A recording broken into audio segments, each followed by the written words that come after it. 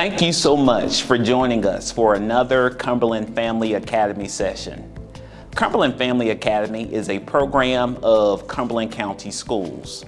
Our goal is to provide families with information and resources to support the education of their children. So let's go right into today's session, already in progress. Good evening. I'm Dr. Natasha Scott, Executive Director for Student Services, and I'd like to welcome our audience. Thank you for joining us this evening. So tonight is a very special event. This is a virtual town hall event on school mental health matters. And tonight is particularly special because May 1st through the 7th is Children's Mental Health Awareness Week. And we have a real treat for you because we have a very distinguished panel of guests here. And in just a moment, we're going to introduce them to you. Not quite yet. I got a few things that I want to share with you. So tonight's event, it actually aligns with our strategic plan. In our strategic plan, we endeavor to create an exceptional environment for students.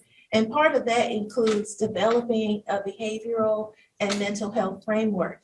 And so with that in mind, what we're going to do tonight is we're going to talk about some very practical information about some children's mental health issues like suicide. We know that's a taboo word, but we are going to talk about that during this Facebook Live session. We're going to review some community resources. Some of them are national, some of them are local right here in our very Fayetteville community. And then we want to plug some of the school mental health initiatives that are currently in our schools. And so because I want to dedicate the majority of this time to our panelists and just ask as many so that we can share as much information, we've got some specific questions that we're going to ask of the panelists. But ladies and gentlemen in the audience out in Facebook land, as you're listening, if you have questions for the panelists, please use the chat feature in Facebook. We have some little elves in here behind the scenes that you cannot see, but we have some elves in here who are watching the chat. So we will also pull in some of the questions that you are entering as well. We think we kind of know some of the basic questions that people will ask. And so our moderator, Ms. Charlotte Monroe, who is an employee of Cumberland County Schools, she is what we call a care review consultant, also known as a school social worker. All right, so she is going to moderate our panel. And so, Ms. Monroe, I'm going to turn it over to you so that we can do some introductions. Thank you, Dr. Scott, for that welcome and for that purpose. If you did not know, we are very excited over here on this end because we get to talk about the thing that we love the most, mental health, and how important and it matters to us. So before we get started, hello, Facebook viewers. We are so glad that you are here. So please, please, please, when you have questions, put it in the chat because like Dr. Scott said, we have elves on the shelf waiting to see your questions. And I'm not going to prolong the time, but before we get into the questions, of course, you want to know who we know. So we're going to start first. I'm going to ask each and every one of you, to share your expertise and your experience and to also tell us what agency you work with. And I'm going to start with Ms. Deborah. Well, good evening, everyone. I am Deborah Kinney. I'm with Alliance Health. And in my current role, I work as the Community Education and Outreach Specialist. And I've been in that role now since November 2020. Prior to that, I have worked for 36 years with individuals, adults, and children with intellectual development disabilities.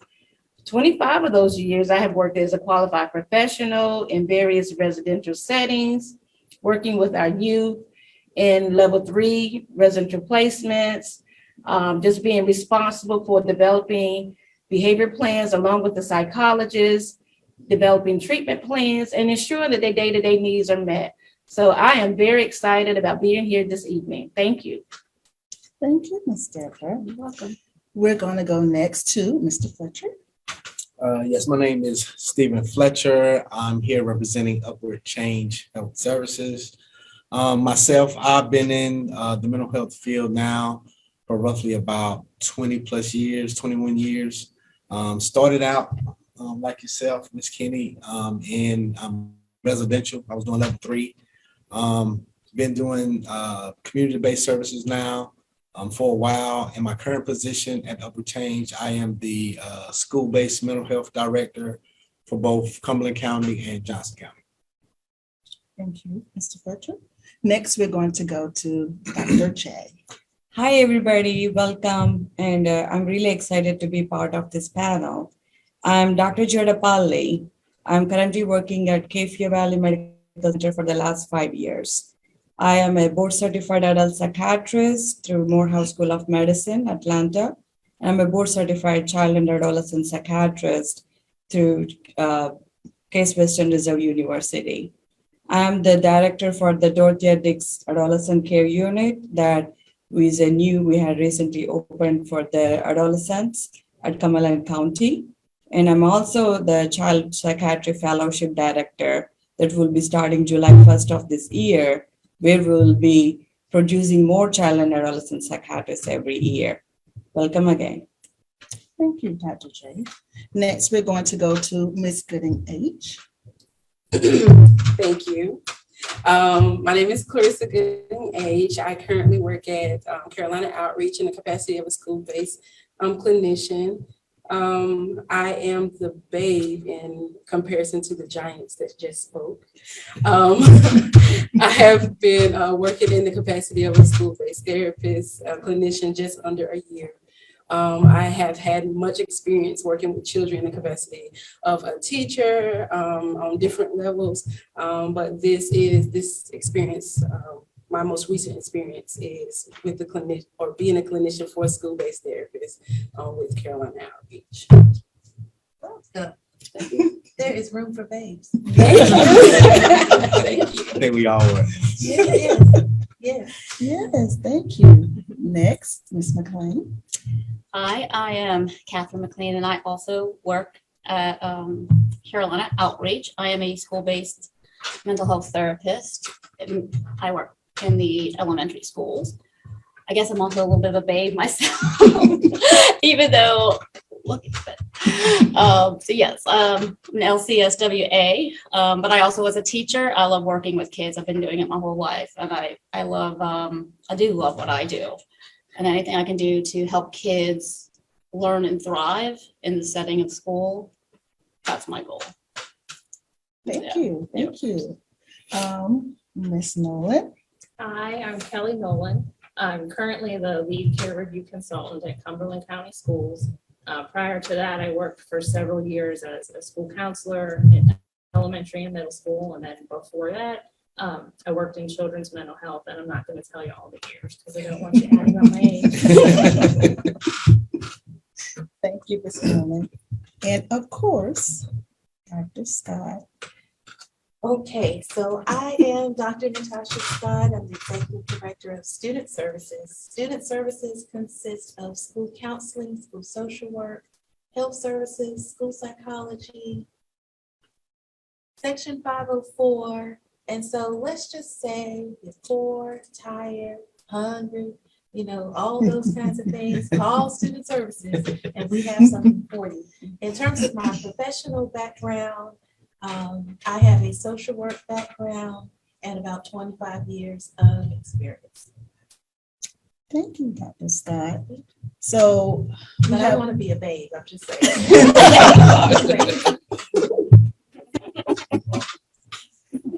So as you can see, this panel is enriched with knowledge, experience, and expertise. And we know that you're going to leave informed, and we're excited about that. We're excited about our Facebook community getting an understanding based on mental health. So the first question, and I know that any of you could answer the question, but I want to target this question to Mr. Fletcher, Mrs. H, and Ms. Mclean. So according to the Center for Disease Control, children's mental health is a public health concern. What types of children's mental health issues do you see in your practice? I'll let ladies go first. A gentleman. Absolutely.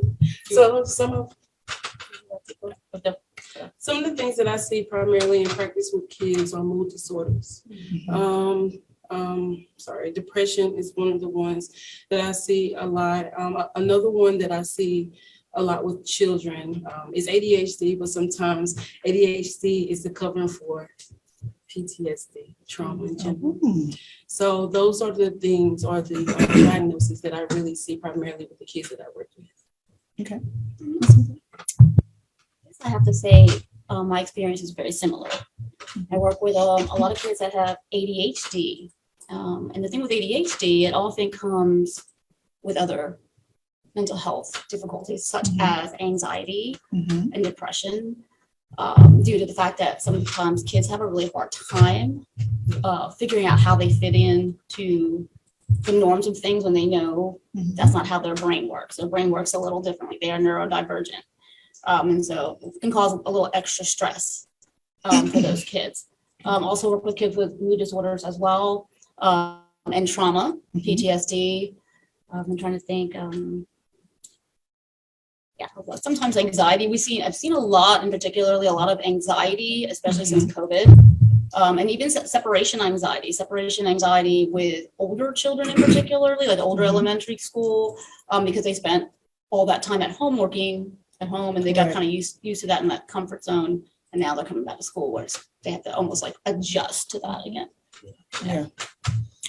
For me, although I'm not a clinician like you ladies are, I see it from the other side, from an administrative piece. And so some of the diagnoses that I see are some of what you are, but some others are some oppositional defiant disorders, and also conduct disorder. And then just to kind of speak on what you were saying, I think over the last year and a half, the kids in the school setting, those behaviors have been exacerbated through this COVID time, and so it's a lot difficult on them, and they're working through. But I think it's going to take clinicians like yourself, the ladies in the school system, trying to work with them to get them better.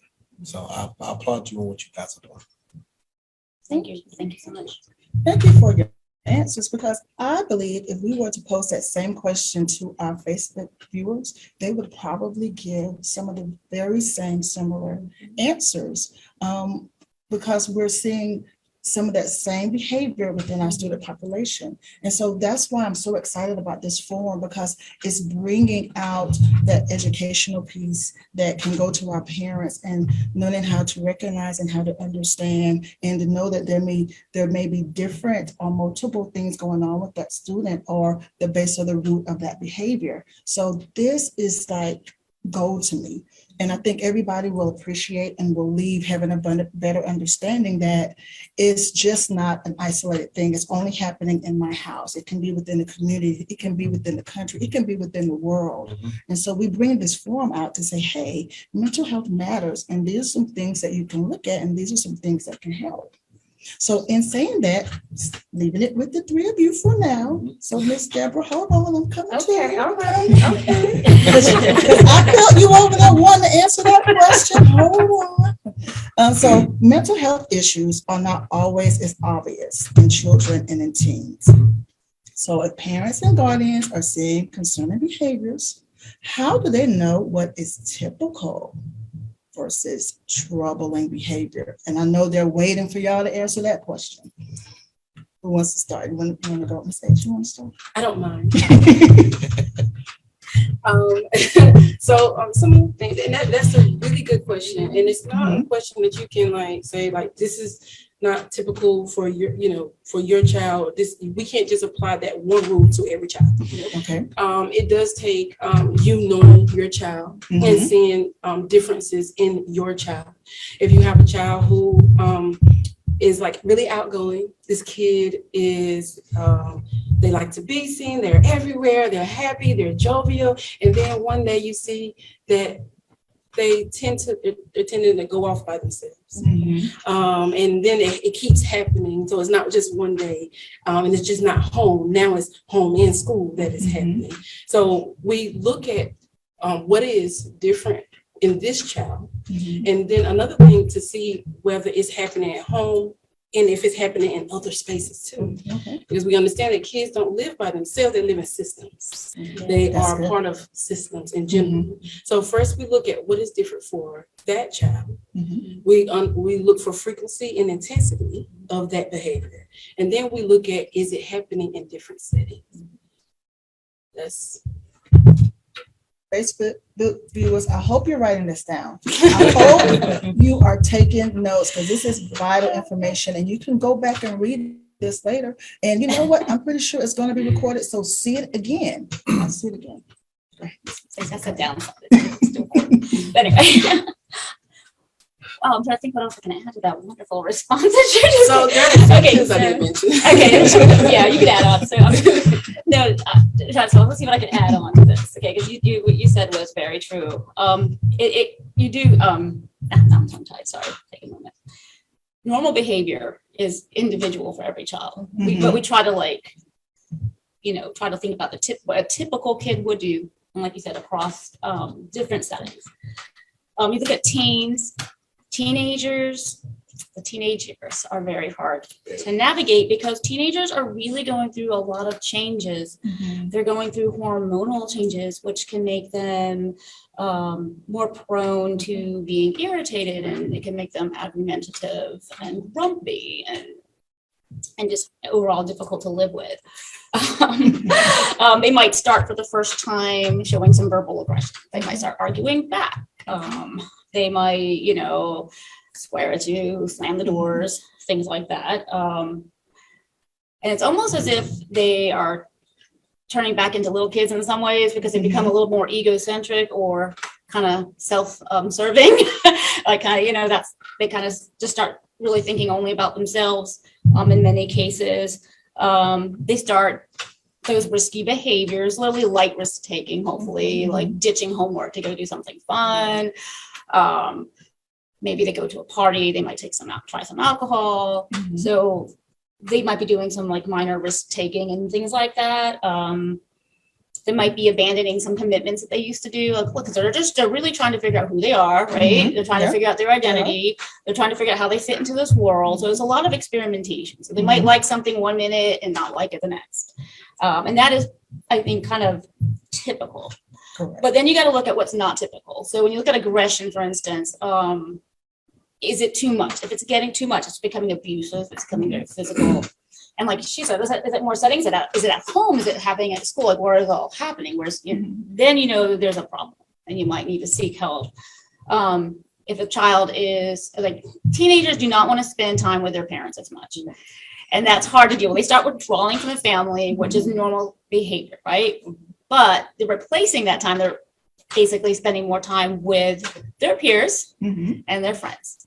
However, if they start socially isolating, not only from the family, but from friends, from school, that's a big problem. Because that can indicate something else is going on. So in sleeping, they're going to sleep a lot more because they're growing, they're developing. But again, if they're sleeping all the time, they're not getting out of bed for much. It could also be a sign of depression, lack of interest or not, they might shift their interest, but just a lack of interest in a lot of things they used to enjoy. That's a big signal as well. Good. And I'm glad you made that statement, Ms. H, that all individuals are different. And, some parents try to say, well, this is going on with this child, and so it's the same thing that's happening with this child. But no, all individuals are different. But knowing that typical thing that, yes, no, it could be that they're just tired. But if they're never wanting to get up, or they never want to come to dinner time, or they never want to answer the phone, oh my gosh, if they never want to answer the phone, something is wrong. Answer back on text. So the text messages. Those are the little things that you have to think about. Not so much that you have to panic, like, oh, they're already sleeping. Well, okay, school is work. And it's exhausting with the brain learning and trying to absorb all the information in. So that could be just a typical thing. But if you see them that they're not wanting to come out of their room, and every time you see them, they're sleeping morning to night and they're never eating, then you may need to be a little concerned about that. Yeah. So those are two good points. So on you, Mr. Fletcher. Well, I guess for me, it's not much left to be said. Just kind of based on the information that was shared by our clinicians. But you know, just to kind of harp on one of the things that was said earlier was parents know their kids better than anyone. And so when you start noticing some of those changes, whether it be change in mood, change in the peers that they associate themselves with, change in behavior, being more rebellious, and wanting to start acting out and a bit more argumentative. So those are some of those things that are kind of like eye poppers, to kind of say maybe I need some help with some things. Another to kids who are B and A students in school, and then one thing you start to notice, grades have dropped to the CD level. There's some things that's going on, right? And so let's try to identify what they are and try to get them the help that they need. I think one of the biggest things though over the last year is these professional athletes and things like that are starting to come out talking about mental health and some of the challenges they have. And so I think it's not as much as taboo as been in the past. And so I think folks are seeking those the help that they necessarily need. And so that's why we have clinicians like you ladies who are ready to support in any way you can. So I appreciate you. Right. And I just want to chime in to say, Yes, I'm being very quiet over here. But yes, observation for the parents is definitely key. I just want to just piggyback on that because as you indicated, you definitely know your children, you know your young folks. So just knowing those changes, when you see those changes occurring, ask questions, sit down and say, let's have a chance to talk about it. I'm here for you. I just want to listen to what you have to say. I'm going to listen, not non-judgmentally. I'm not going to form opinions. I just want to hear what you have to say. Know that you can come talk to me because whatever you're dealing with, I'm here to help. I'm a resource. I'm your first source. And we can work on this situation and get the help that you need. That's all I want to say about that part. I have one follow-up question. yes. And this question I would actually direct to. We want to hear from you. Have you heard of Cumberland Family Academy? We have a program here in Cumberland County Schools that is specifically for our families. We want to continue providing you with information and resources to help you become full partners in the education of your young people. So, what we need you to do is visit our website and complete a brief survey. As we're thinking about programs and information sessions and offerings for families, we want to hear from you. What topics would be most helpful to you? What would you like to see? What times should we offer them? We want to tailor our resources and information sessions and everything for families around what you need and what you desire. I promise it will only take 10 to 15 minutes. Visit the link below, complete a brief survey, and help us help you help your child succeed in school and ultimately in life. Thank you. Dr. Jada Pale. So one of the viewers is asking, they're kind of hinting that the responses are geared a little more to the older students. In a younger child, what is some of that acting out behavior that you might see in a young child that might be not typical behavior, that might be concerning for a parent? So in younger children, especially if they are depressed or worried or the family might be going through some changes that where the adults might take it for granted that he's too young to understand that. But it comes out as anger, outbursts, and their outbursts it can be external towards destroying property or hitting others, being more angry at the siblings, or internal where they're hurting themselves, they become angry, they hit their head towards the wall. And lately, surprisingly, we are seeing so many young children, less than 10-year-old in our emergency rooms, even using the words, I want to hurt myself, I want to die. And parents are like, where is this coming from? And decades ago, we used to wonder, young children don't know about death, so it's, they're just saying it. But now with the social media, video games, Like where they say, die, die, die, I'm gonna kill you. The word, they know the word. Yes. And sometimes they do know what it means. And we are seeing more, especially when there are like family losses, like they lost grandparents. I know the whole family is grieving, but also pay attention to it. Young children, like really like 3-4 year olds who are confused, not knowing what's going on. So mostly they don't sleep well, lot of nightmares or night terrors, like, they constantly cry, more clingy. That makes the family dynamics real difficult because now the parents can't go to work, can't get their own time. And when you have a really cranky child, it disrupts the whole milieu in the family. So just look out for that. And, there is no wonder. Of course, you have to get down to their developmental levels and have the conversation. So we can prevent all that. If you guys notice any big losses or changes in family, try to talk to them. Kids nowadays are very smart. Don't take it granted your 33-year-old doesn't know anything. They do. Your 4-year-old is observing changes. Oh, I didn't see my mommy for a few days, or why my grandma is in bed. Why suddenly my dad disappeared? They're confused about all those changes. And it does come as, especially the younger they are, it's more disruptive behaviors. And as from 6 or 7 and above to 11 or 12, it can be internalized behaviors too, where they're like hurting themselves, not eating properly, losing weight, sleep, school problems. They take out that anger or bullying other children out of nowhere. Any kind of behavioral changes you will notice, and they don't know their emotions.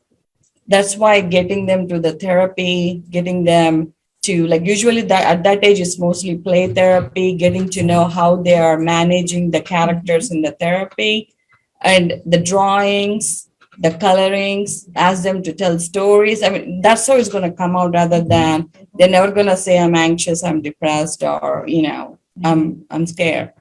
So look out for those signs. Thank you, Dr. Scott, for that question. And thank you, Dr. J, because I think that sometimes we as parents, because I know that I'm a parent, and some of you on this panel may be parents as well, we do tend to think that, our children are not capable of expressing to us or telling us how they feel, but there are other methods for them to express themselves, like you said, through art, through coloring, through drawing pictures. They can express very well that way, and you can understand exactly what they mean when they're done. So family and parents, I'm trying to say, don't be afraid to have that conversation with your children. They're not too young. You will be surprised to see what their responses will be. And if they're not able to express it, let them draw it out. Let them write it out. Let them color it, whatever it is, that be another form of communication for you. So thank you for that. And you actually lead us into the next question. You are a mind reader. I just want to say that. So you lead us into the next question. And recently, social media, our student population lives on social media day in and day out. So our social media sites, or the social media sites, are offering links to suicide prevention resources. What impact do you think social media has on mental health? A lot. I mean, both positive and negative, depending on how much or what is the content the kids are exposed to, right? I mean, the positive aspects is we were able to build a lot of apps like Calm app, or like, Headspace, like different really good apps where it's like just a click away and it helps you to relax. But at the same time, if you don't monitor what your kid is exploring, of course, they're curious minds. They're going to go wander off. And also the internet is not a safe place. Even though they don't know how to wander off, it comes in. How many viruses were there? Like, this kind of suicide or, weird games or characters, like plugged in challenges, right? And plugged in, and the kid gets curious and just wanders off and get exposed to all this self-harming challenges or dares, like, the language keep changing. I feel so old when the kids start talking.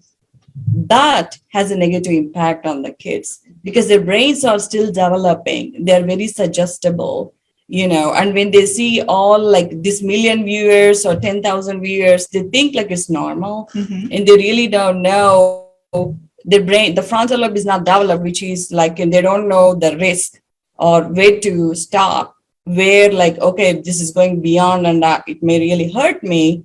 That puts them on impulsive behaviors, right? They don't know how to stop and think. That puts them at more danger depending on the websites they access. So again, as a parent, we got to take responsibility when we put the gadget in the hands of the kids. It's our responsibility to monitor it. And there is no harm or shame. You can sit with your kid and go through it. And I tell my kids, if you feel ashamed of showing me a website, you shouldn't be looking into it. So I respect your privacy, but this is the deal. You got to, I can track the history. So, most of we know. And so it's in your hands. I'll give you a chance. You're not getting into trouble, but make sure you access it appropriately. So do you think that students or just individuals that are going on to these social medias to use those resources or those suicide links resources still need to be guided by the parent? Or are you saying that information is just, give me more clarity as far as on that piece, if they're going on site to link or to get the offers based on suicide prevention resources. Yeah. Are you saying it still needs to be more parent guided, or? It can be. I mean, depending on the age of the kid, though, depending on, your kid and their level of understanding, right? There are some kids who understand what it means. And there are many adolescent children, 13 and above, who like the idea of, instead of calling the lifeline, like, suicide hotline, like text, because sometimes when you're in crisis, it's really hard to put the words out. So like texting a number or a magic word helps. But if you're a younger child, they do need guidance because they really don't understand what it means. And the confusing age is like 8 to 12 when they know, but they don't know. So that's the age. So depending on what developmental stage your child is, if they are like really smart, they know. Usually girls, they know. Boys are a little naive, they may need some guidance. Okay. Dr. Scott, you want to talk about some of that too? Or you want Miss Deborah? I had the spotty sense that Miss Kenny was having a thought a minute ago that she wanted to add. Well, I think you hit it right on the head, Dr. J. So yes, I just want to just piggyback that, our youth in the social media technology that we're in this space now, parents definitely have to have those controls. I think it's so important that, our youth, when they want to learn something, know something more about something in particular, they're going to Google. Google's their first, go-to, or Safari, depending on their devices they have. So as you indicated, Dr. J, just sharing with the youth that, yes, I'm here to help guide you and to be with you and to give you that direction so you stay on course and get the good information out there that you deserve to have. Yes, ma'am. So I see the itching in you. I see it. See, Dr. Scott saw it on that end. Yeah. And I see it. No, but I just wanted to say that the internet has contributed tremendously when it comes to information. And as an adult, I get overwhelmed. I think one of the things that we do have to consider, like the doc said, and Miss Lady definitely came right back and said too, is that we do, as parents, as guardians, as leaders of our children, that we create barriers or space to protect them from some of the things that they're going to be exposed to. The internet has done a tremendous job of bringing mental health out of the darkness and away from stigma. Some done a great job of that. And in cultures that mental health and dealing with mental health was stigmatized, now we can have a conversation at the dinner table in the light and not use words that are like this, like crazy, right? We can say, oh, so, you know, you feel a little depressed. You know, we have the words, the vernacular has been given in those spaces. The other thing too, I want to make sure I said, and the reason why I want to speak up is that, yes, we want to protect them. But one thing that we do want to do too is make sure that we provide foundation for them to make decisions outside of our presence. And that's for little kids, we can build with them when they're little at appropriate foundations on up to teenagehood and young adulthood. It's not enough just to protect them. We can't. It's impossible. But one of the things we can do is make sure that they have a foundation to make better decisions in those spaces. We can't protect them from everything. We just can't. But yes, making better decisions in those spaces and developing that foundation for Good answers, good answers, good answers. Y'all are doing well. Y'all are doing really well. So we're going to move it along because I got to make sure that we get all the questions answered because, you know, they're waiting to hear a specific question. So we're going to get to that. So this is, again, we're going to go back to Mr. Fletcher and Ms. H and Ms. Mclean. So when do parents need to consider seeking outside assistance? You know, last time you said you didn't have anything to say. Yes. So you said we. Yeah. So we talked about what some of those behaviors look like, and in terms of typical teenager versus somewhat of those at-risk behaviors. And so when those things are starting to be more persistent, and you've tried, you know, you're putting your consequence system in place, and they're in the home. If that doesn't seem to work, there's professionals like these clinicians out there who have the necessary training to kind of help those families work through that piece. But the biggest thing about seeking therapy or services in terms of mental health is that families need to know that we can only help you based on what you tell us, right? And so, you know, it starts with the developing of the relationship, and that being a therapeutic one. But trust is big. And so because you're actually letting some somewhat strangers into your family and trying to tell them these stories that you don't typically tell folks to try to seek out that help. So that's where it kind of lies with me. I agree with that. That part is very hard. It's very vulnerable, right? Yeah, People feel very vulnerable. You're sharing your life story with a professional, and that can be a very vulnerable position to put yourself into. But as therapists, we're not here to judge. We're here to just to gain, we're taking that information so we can make a plan and figure out a way to help an individual, or in some cases, it's the family system. Is usually in a family system, one person can be what we call the identified client or the identified patient, but really sometimes the whole unit is disrupted and needs help healing and connecting again. And that's what I would say sometimes. I know with some of my clients and the parents, it's the same kind of, they're seeking help because everything that they've tried, it just doesn't seem to be working. They seem like they just don't know what else to do. So they seek help with a mental health professional so we can, come in there and help the healing process. Absolutely. Thank you for that. And I just want to say to our Facebook viewers, I just want you to know that they understand. Yeah. And when I say that, sometimes when we look at the profession, we don't really think that they're human or that they're sensitive, but they're telling you that, yes, although this is my profession, I still understand that when you're coming in those doors, that you're coming in those doors trusting that the information that you're going to share with me, that I'm going to be able to use that information to help you as an individual and as a family unit as a whole. So don't worry about, being afraid or being scared. Just know that they are here, as we all are, to help and support you. So I just wanted to plug that in there for you. And I just want to add, I'm sorry, I just want to add, hope I'm not being out of order. No.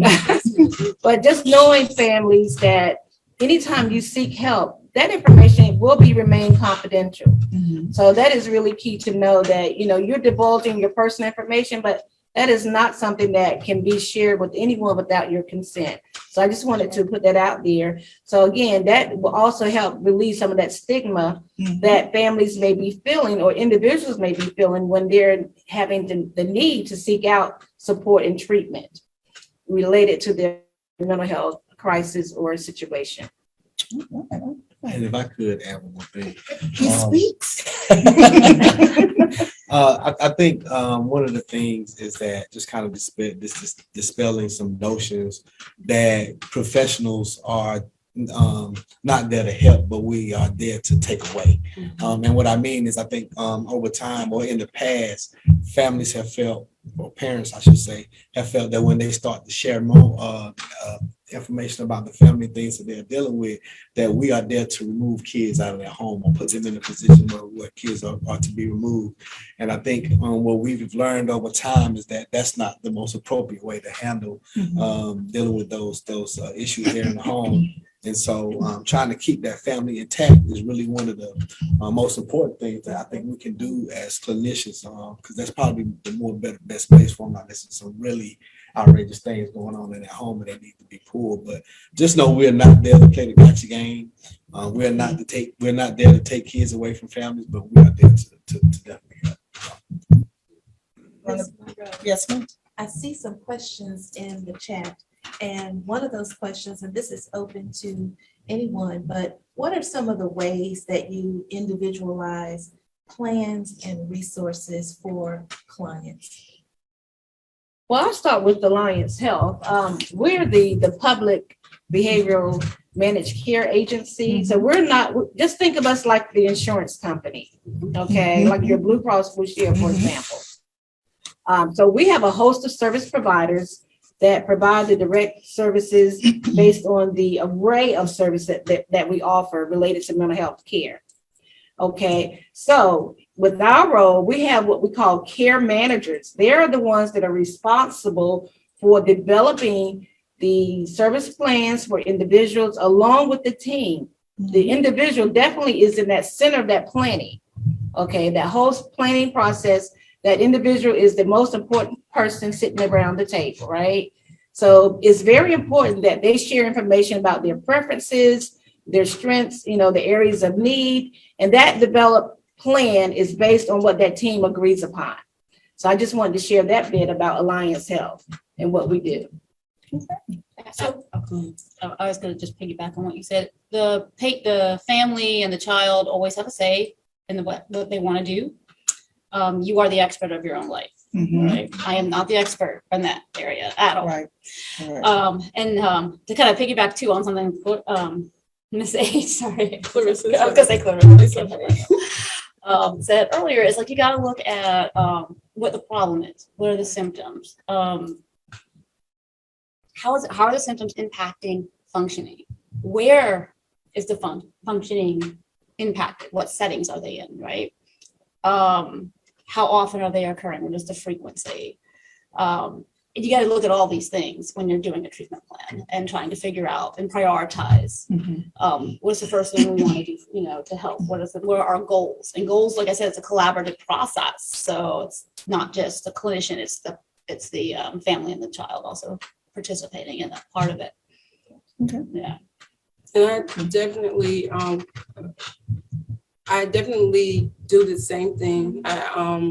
Because the client is the person that the most important person. I make sure to let them know that they have the power in these spaces. That this is a collaborative effort. I make sure that I'm culturally appropriate when I'm considering treatment plans and listening to them. That is the way that I build. I listen. I build rapport.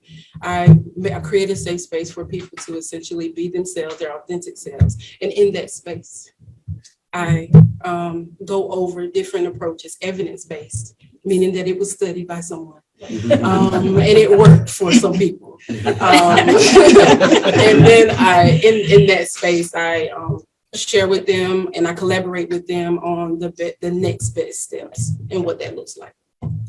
And I like to comment on this too. Mhm. I know I'm a parent too, so I feel the pain. And as I always say, no child comes with a manual. It would have been No. really easy to be a parent, and that's why it's very difficult. As a parent, when you bring your child, like even to make a decision like they need a help is very complicated, because that means you're accepting is out of your hand as a parent. And that is a very, very complex feeling. So when you don't know what that help means, Mhm. it's difficult to see like what it does. With the stigma, mostly it is like, oh my God, somebody is needs to talk to my child, or what is this therapy? Is this something like I can't do? Actually, help is not just like talking or medications. It can be anything. Like when you come to us, like, even when I see the kid in the clinic, it's basically getting to know you getting to know us. And when we know what your values are, what's your culture, what you guys like, how you do things at home, we just don't talk about medications or therapy, or you need CBT, you need DBT, or you need play therapy. It's about lifestyle modifications. As a parent, what you can do, like if you're lost, like, are you stressed out? So I had so many parents after 60 minutes of evaluation, I had to take the parent to the side. You know what? You are the one who needs help. Let me get you to like just going over this. This is the help that is available. Mhm. And then explaining the developmental milestones of the child, what's normal, what's not normal, helping them to sort things out and say, okay, your kid has a lot of energy, put them in martial arts. Like even small things like that. We are lost as a parent when there is like too much stuff is happening. So reaching out for help, you don't need to feel stigmatized. It's not about always medications or like, oh, my kid has to go into the room, talk to somebody. I don't know what they're talking about me. No, it's not. It's actually us to the family, and we help your family to be your family. That's all. Yeah. Dr. Scott, I think we're going to have a form two, part two. I was thinking that as well. There are a lot of questions in the chat. Viewers can see me glancing at my phone a little. We will not be able to handle all of the questions tonight. I do want to specifically address, though, I saw a couple of people that had some personal situations that they wanted to talk to someone about, and they're asking to speak to someone in private. What you can do, I see that one of our school social workers directed you to contact the counselor or social worker at your child's school. If that's not something that you would like to do, then drop your name and number in the private instant message, and we will follow up on that information later, reach out to you and help you connect. I also see a lot of very personal situations about bullying, and tonight's forum, bullying certainly does impact mental health. We had a specific focus here for our last little bit, Ms. Monroe. I want us to begin to talk a little bit about suicide prevention. And so I want to say that, I just want to go ahead and say that because I can see that we're going to run out of time. I've also seen some advocacy for having more of these forums, and I am completely open to that because I'd also like to respond and share with you a wealth of programs, brand new programs that are in Cumberland County Schools that started. Some have been there for years. Many of them started just this school year. So a lot of great feedback in the chat. We see you. We are listening to you. Unfortunately, we will not be able to answer every question tonight, but we do want to at least begin to talk about the suicide question. So Ms. Monroe, take us on to the next part because I see we're coming to the top of our hour. Yes. So I'm going to direct this to you, Dr. J. So kind of give us like the myth or the truth of this situation. So one topic of concern, as Dr. Scott has already first stated, is youth suicide. So does asking someone about suicide or talking about about it, does it put that ideal in their head? So if we are asking that question, we already know it's too late. No. Every kid, irrespective of the age, they know the word suicide. Mhm. Where is it coming from? Maybe not at home, but you see, like, it's everywhere. Music, movies, like even the PG-13, or like, in animated movies. Mhm. And if you listen carefully to the music, like your kids are, I heard some Marshmallow, like, there are some YouTube songs that talk about it, that show, and you see the kids' ambulances coming to the school. You see some friends with cut marks. You're trying to understand what they're going through. Mhm. The kids and the developmental stage they are at, they talk to each other. They don't talk to parents. They don't talk to grown-ups, right? So the word is out there. It's just like sex education, where we were like scratching our heads, well, talking about it is going to make them think and look it up. Mhm. No, it's harm reduction. It's already out there. I have like young kids, 6-year-olds talking about suicide. So I stopped asking that question a long time ago. We got to talk about it because your kids are confused. Our kids are confused. My kids are confused. And if we don't talk about it, we are doing more harm than benefit. And when I say this, actually, I told my resident doctors to actually start a quality improvement project. What we are seeing is peers support, right? These kids are supporting each other. And even a kid with a normal dynamics, like no mental health, after listening to their friends' struggles, it's like, they start feeling depressed. They are like, oh, they're calling me, they're suicidal, let me help them. They're trying to be each other's therapist. And in that process, we see after a decade or two, if their friend is ending up in emergency room, they're committing suicide too. And the numbers are on a rise like anything. Like we are having 10 to 15 children in the emergency room, where it used to be like 5 or 6 per week. But this is a number. So we need to talk about it. We cannot be stuck in the word like it's a myth or what, like it's there. Yeah. So help us know what are those warning signs of suicide? How can we know? Yeah. Actually, all these questions that we talked about, like, how to identify mental health, like what's normal, what's not normal, all my, like the clinicians, everybody addressed, it's enmeshed. Suicide, it just doesn't come out of nowhere. It comes from depression, untreated anxiety, or any acute events like losing family members. So the warning signs are pretty much like what we talked about: social isolation, like any acute change in behaviors, like your kid is energetic, like usually active, playing basketball, hanging out. Suddenly they're shutting down behind the four walls. They hardly come out to eat. They are not dressing up okay. They're not showering. Or you see, this is hot summer in Fayetteville, they're wearing like 3 baggy pants or shirts, or fully dressed. Check their body. I mean, they might be cutting. Like usually that's what we see, like teenagers, how nobody witnessed it. It's like, well, I wear like full hand sleeves all the time. So just help them, like, hey, it's too hot. What's going on? Why are you like all dressed up? Losing weight, not sleeping, or externalized behaviors like getting more angry, irritable, don't want to hang out with families, don't want to go to school. Yes, bullying is a major problem. So you got to see like where the problem is. Is it in school? Is it in community? Is it at home? So talking to them is going to help a lot. But most of the warning signs is everything we talked about from the beginning, any change in behaviors. Yeah.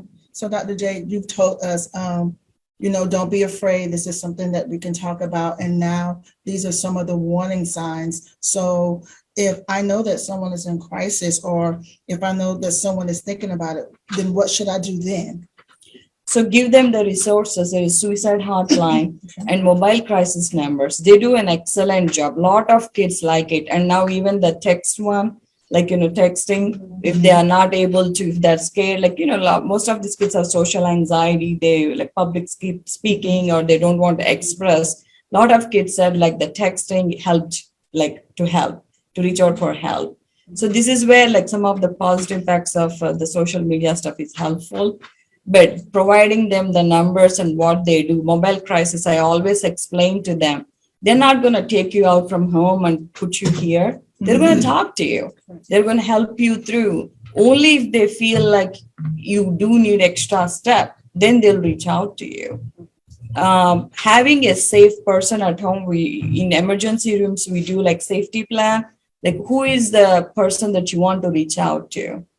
And even we tell the mom, like the guardians or the child, create a safe word. Like when you're really frustrated, you don't want to come out of your room, like text your mom, like yellow, orange, like pick a word, you know, and no questions asked. They're going to come to your rescue. And they tend to like that. Thank you. Thank you. I know this information has helped you out so much because it is helping me even in my profession. You can never have enough information to be prepared and to be equipped to help your loved one. I am going to turn it over to Dr. Scott or to Ms. Nolan. Which one? Which one? Well, before we do that, Yes, ma'am. I think we would be remiss not to share some important agree. telephone numbers and information. So one of the things that I want us to talk about is if someone is in crisis or if you know someone who's thinking about suicide, you know, what should they do? Like, what are some places that we can call? So for example, there's the National Suicide Prevention Hotline. That number is 1-800-273-8255. That's the National Suicide Prevention Hotline, 1-800-273-8255. When you dial that number, there is TDYY. So if you're hard of hearing, you know, they can communicate with you that way. They have Spanish interpreters. They have a line specifically for veterans. It's available 24/7, 365, and you will speak with a live person. And I want to go back and also say, if you're in imminent danger, if someone's in an emergency situation right now, then what you do is call 911. Don't wait, you know, don't go to the bank, pass go, call 911. If you're in an emergency and you're experiencing a crisis right now. But that National Suicide Prevention Hotline is also available for those who are not in immediate danger at this moment. There's also the National Crisis Text Line. So Dr. Jadapale was talking about texting. That National Crisis Text Line, you can text the word HOME, HOME, to 741-741. Also available 24/7, 365. If you are adult, if you are a child, if you're a young person, any of these services, they are free. And in addition to that, you can also call Alliance Health. When you contact Alliance Health, they also have a 24-hour access and information line. That information line, would you tell us the number, Ms. Yes, Kenny? that number is 1-800-510-9132. Again, 1-800-510-9132. Again, you will talk with a live person, 24 hours, 7 days a week, 365 days a year. Feel free to call Alliance Health if you have Medicaid or if you're Medicaid eligible, or if you do not have any health insurance at all. Call Alliance Health if you're in Cumberland County, Johnston County, Wake County, Durham County, Orange County, or Mecklenburg County. We service 6 counties now within the state of North Carolina. And then coming in June, we will have the Cape Fear Valley's Adolescent Unit. Yes. You want to say a quick word about that? Yes. So our Dorothy Dix Adolescent Care Unit, you know, we are just waiting for the state inspection, and once it's done in a week or two, it's ready to open. We're fully staffed. We are a 16-bed adolescent unit. We'll be taking kids from 13 till they turn 18. It's an acute care inpatient facility where we take care of like crisis patients with depression, anxiety, suicidal, or any thoughts of hurting other people, anger issues, or any psychosis. We manage them, stabilize them. And we also have a continuity clinic that will be starting with our fellowship from July 1st, where we are doing a transition clinic, which means if the kid is getting discharged and they're not able to find any sooner appointment, we will be seeing them in our clinic at least once or twice every week until they get to their appointments, so that they're well managed and there is no break in the care.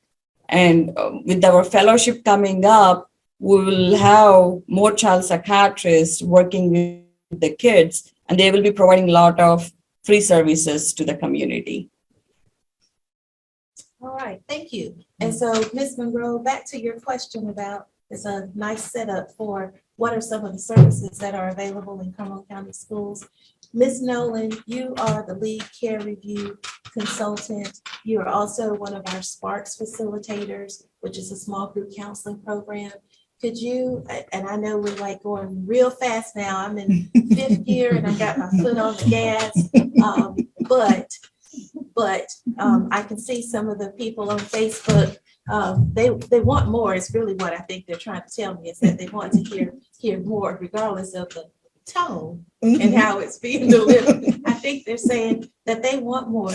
So Ms. Nolan, tell us, as a care review consultant, what kind of services does that offer to parents? Okay, so care review is basically a way to help connect a student and family who maybe is struggling with some of the issues that we talked about tonight. Maybe you're seeing some, maladaptive behavior, some things that are concerning you. You've tried some things, the school has tried to help, and you're just needing some more than that. You can get a referral to the care review program, and basically what happens is one of us care review consultants helps to facilitate the process of connecting you and your student with any available resource in the community, whether that be counseling or school behavioral health or a program at the rec center, sports. It is very individualized based on what the needs are and what the student strengths are. And you also happen to be a facilitator of Sparks. Sparks is a very specific small group counseling program for secondary students. Can you just say kind of quickly, what is Sparks? So Sparks is a 16-session small group counseling program. And in that program, it's for students who have experienced chronic stress. And so that builds up, and then you're seeing some behaviors at school, at home, usually in multiple settings that aren't really what you want to be seeing for your student. So we teach coping skills and mindfulness, and give them some very specific strategies that they can use in situations that cause them stress, that then cause them to act out. So if someone in the listening audience wants to work with a care review consultant, or if they're interested in their child or student participating in one of the Sparks groups, what do they do? I would say that the first best place to start is your child's school's student services office, school counselor, school social worker. They can get in touch with either care review or help you get connected with Sparks. Now, some other programs that we have in our school, one is our school behavioral health program. The school behavioral health program, we are in our very first year of implementation. School behavioral health, or SBH, is in 16 schools, and we will be every year adding more schools so that we are eventually providing this service, really everything we're talking about. The goal is over time that we will expand these programs and offering them at every school. But school behavioral health, this particular program, we have 2 mental health providers, which are here with us today, Carolina Outreach and Upward Change Health Services. Each of these providers are connected with 8 specific schools. And at those schools, a child can receive individual, family, or group counseling at school, on the school campus, during the school day. It also may include like some comprehensive assessments or doing some consultation and training with the Cumberland County School staff. Now, this program, it is an insurance-based program because essentially what Cumberland County Schools is doing is trying to increase access for students to be able to receive those services consistently on a regular basis. So Parents have to provide consent and work through the provider. However, the district, the service is available and the space is available, so those services can be provided at school, which is a real benefit to parents because of the checking students in and out of school, transporting them to sessions, and then trying to bring them back to school. And so tonight, we really wanted to make sure that that information was out there about the school behavioral health program. And you see here with Ms. H and Ms. Mclean, two of the therapists from Carolina Outreach, and from Upward Change, Mr. Fletcher is one of the administrators who coordinates with myself and Ms. Nolan to make sure those services happen. Some other programs that we have in our schools, we also do some universal screening. The universal screening is really just a 34 inventory that we do with students, and we use it as a way to identify students who may need some additional assistance. We use it to evaluate some of the programs that we're doing. It can also be used to monitor a student's success or their progress with any of the interventions that we're putting in place. And then last, I'll just talk about Second Step. Second Step is a social emotional learning curriculum.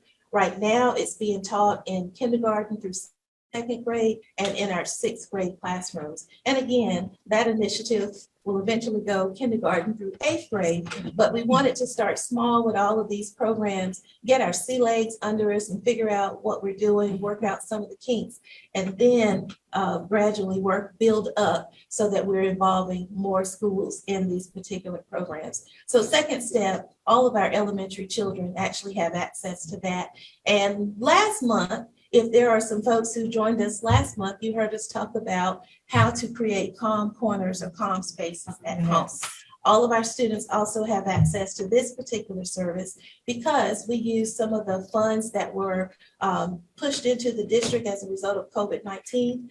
We use those fundings to provide our teachers with the materials to have a calm space in all of our elementary classrooms. And we also put 3 spaces in our secondary schools. And so, that kind of, listen, I told you I was going to put it in 5th gear as we're coming down to the end here. And I wanted to talk about the calm spaces, just kind of reference back to that. We gave away 3 or 4 door prizes last month for families who were interested in putting a calm space or a calm corner in their home. And so today, we do have 3 door prizes. We have 3 more door prizes, which are several of fidgets and the kind of materials that you will find in a calm space. Now, while Ms. Nolan is pulling up those materials, Angel, is there one last question that could be answered? I mean, there's so many in there, but is there one last question that could be answered while Ms. Nolan is getting set up? One that I saw is families wanted to know if there were trainings in place for the teachers or those that interact with children that may be dealing with an undiagnosed mental health issue.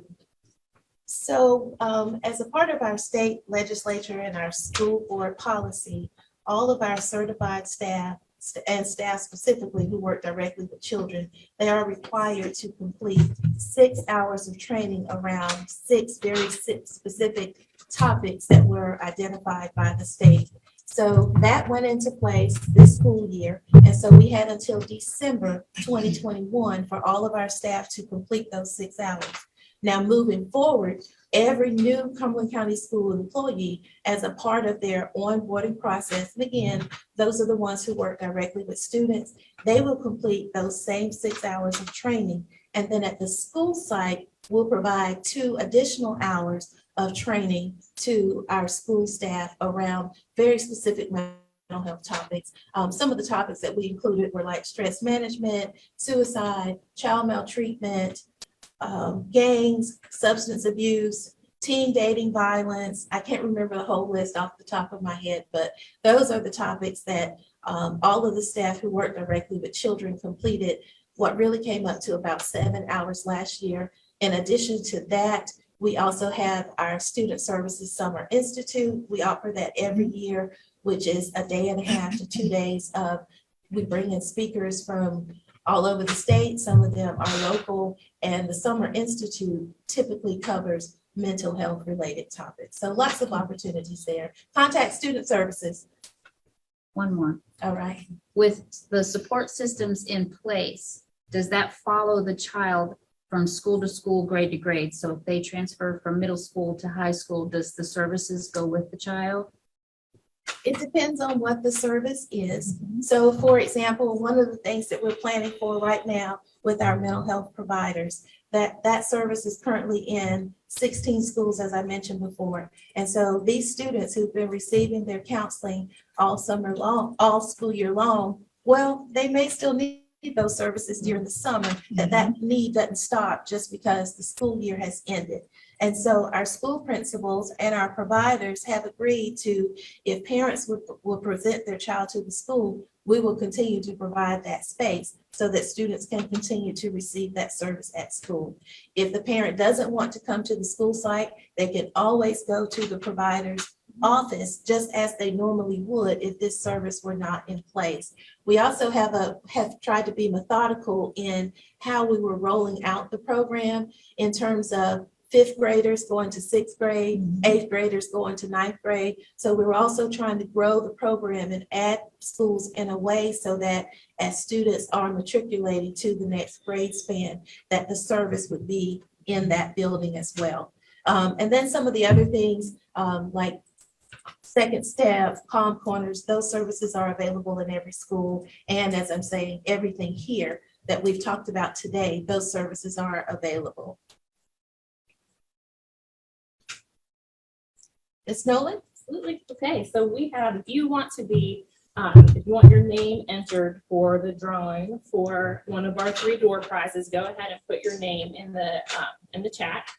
And what we have to give out are 3 tote bags with a bunch of items to get you started for your own at-home calming space. There's really cool stuff in here.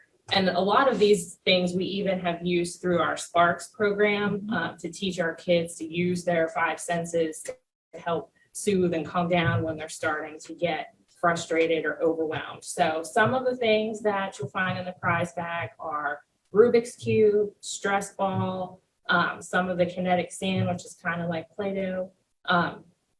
We have some scented, some putty, it's like silly putty, but with calming scents added, and then some coloring materials, just different things that your child could use to help kind of bring that down if they're in a situation where they're starting to become upset. So go ahead and put your name in the chat, and then if I could get, do you want to pick a random number from 1 to 20?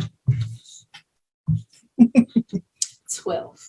Okay, so if you all tell me who 12 is? One name. So, I mean, I get to take one of these because this is a cool bag. I'll take one. Okay. So you want to, we'll go ahead and give out that one. If you want to put your contact information in the private chat, and if we're getting more names into the chat, we'll go ahead and draw our other 2 prize bags.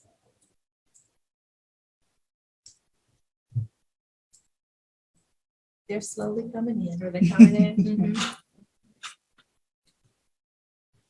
This one is a lucky one. All right, so you said we were going to go with the very first name in there, and that is Kiana Thornton. Okay. Kiana Thornton was the very first one. Okay, So Ms. Kiana. Thornton, if you would send us your information in the private instant messenger, either myself or my administrative assistant, we will reach out to you so that we can get the items to you. And then, let's see.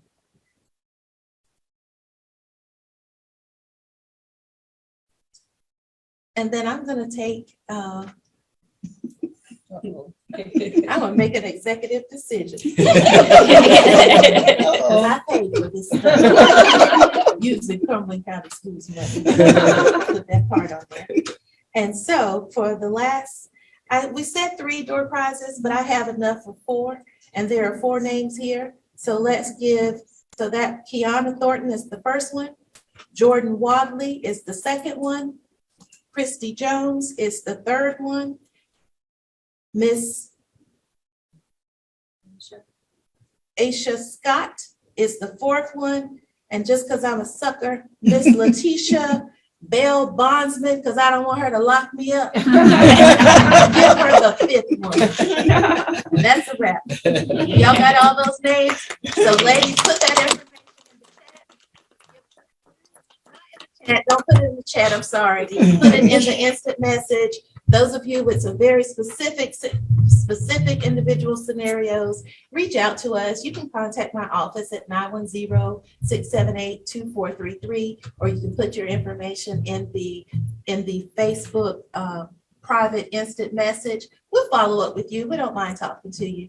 So that brings us to the end of the hour. I think there's a consensus that we probably do need to have more of these children's mental health forums. We don't have to wait until May for Children's Mental Health Month, but it certainly was a great way for us to get started. And so thank you for joining us, and we look forward to meeting you here in this place again with more great information. Thank you.